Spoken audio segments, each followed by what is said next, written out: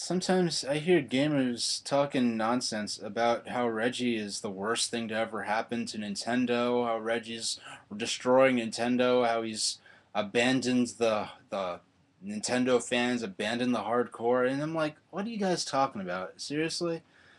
I mean, maybe I'm just really old and my memory goes back that long, but Reggie's arrival at Nintendo and the new ideas he brought to Nintendo and implemented in conjunction with Satoru Iwata when he was just newly the president of Nintendo, they really turned around. Reggie came in to assist to a Nintendo that was basically perceived as weak and with the lowest perceived public image that it had ever had, with the GameCube being perceived as being Nintendo's swan song, is not even being able to survive that generation, let alone that. I mean, in 2004, if you said that GameCube would be driving growth through the remainder of the sixth generation and would come into the seventh generation with the strongest console, with the best selling, most successful console of the generation succeeding the GameCube, you'd get laughed at. That the notion of Nintendo being as strong as it is today is an absolute joke when Reggie came in, and they had this horrible image of just being this children's only, novice oriented Barney's lunchbox console.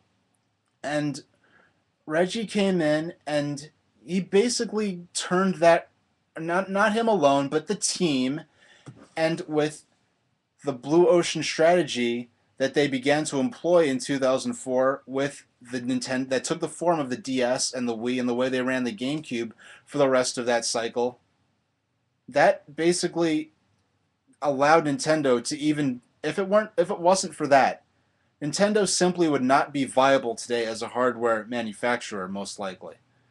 I mean, if Nintendo went into the seventh generation, the current generation, with what is effective, with a console that would basically be nothing more than an Xbox 360 with a Wavebird controller and a handful of Nintendo exclusives, there was no room for that to be successful in the way Nintendo needed a success.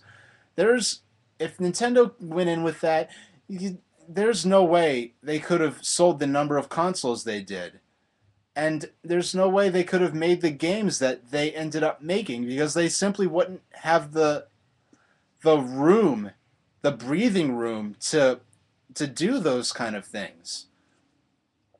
And Reggie's not perfect by any means. Like, he's had his fair share of gaffes, but I'll put it this way. Everyone in the forefront of the gaming world effectively knows who Reggie Fils-Amie is. He's a face of Nintendo. He is who Nintendo fans look forward to seeing at E3. And whether you're a Nintendo fan or not, when he stands up at E3 or goes on CNBC or whatever and does interviews, he represents Nintendo. Whereas excuse me, whereas Sony, not to bash Sony, but whereas Sony has to make up a fictional PlayStation president portrayed by a paid actor to represent their brand to their gamers. I'm going to restate that again. Nintendo has Reggie Fils-Amie, who, when he comes out on stage, fans shout, Reggie, Reggie, and the fans. He is a face of Nintendo who represents Nintendo to the gaming populace. Whereas Sony had to create a made up Sony president to represent the PlayStation brand, and hire an actor to portray him in television commercials and at media briefings. I think that alone says it a lot. Um, when you want to talk about, if you want to say silly stuff about how Nintendo abandoned real gamers, they abandoned Nintendo fans. What are you talking about? I mean, if you abandoned the hardcore, abandoned Nintendo fans, I mean, Nintendo ran the GameCube as would now be called a traditional hardcore console with with parity and performance to their competitors, a lot of the same multi-platform games, but yet where did that get Nintendo? They got them the GameCube third place out of three, and with such a poor public image that for the maybe the first half or more, or even the first two-thirds of its lifespan, it was perceived as being Nintendo's last system and not even being viable enough to survive the sixth generation, let alone Nintendo being strong enough to go into the seventh generation and release the most successful console of that generation. So say what you want about Nintendo, I mean about Reggie Fils-Amie, but the fact is, if you want to complain about Reggie ruining Nintendo, if it wasn't for Reggie, they'd be no viable, strong Nintendo today. Oh, and about this copy of Blue Ocean Strategy, it just happens to be signed by him. I don't know if you can see that or not. Yeah, he signed it to me. So yes, and I do keep this on my bookshelf, and I have read it. It's a good book.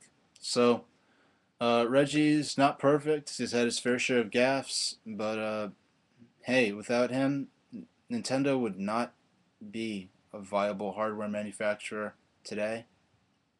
Without him and his team and the work that I was basically Reggie's arrival at Nintendo coincided with a complete turnaround in the lackluster public image Nintendo had carried since the launch of Nintendo GameCube. And that momentum carried over into the DS, which people said was going to be the next Virtual Boy. Didn't stand a chance against the PSP. Totally crushed it in terms of market share. And that momentum rolled into the Wii being the most successful console of the seventh generation, whether you like it or not.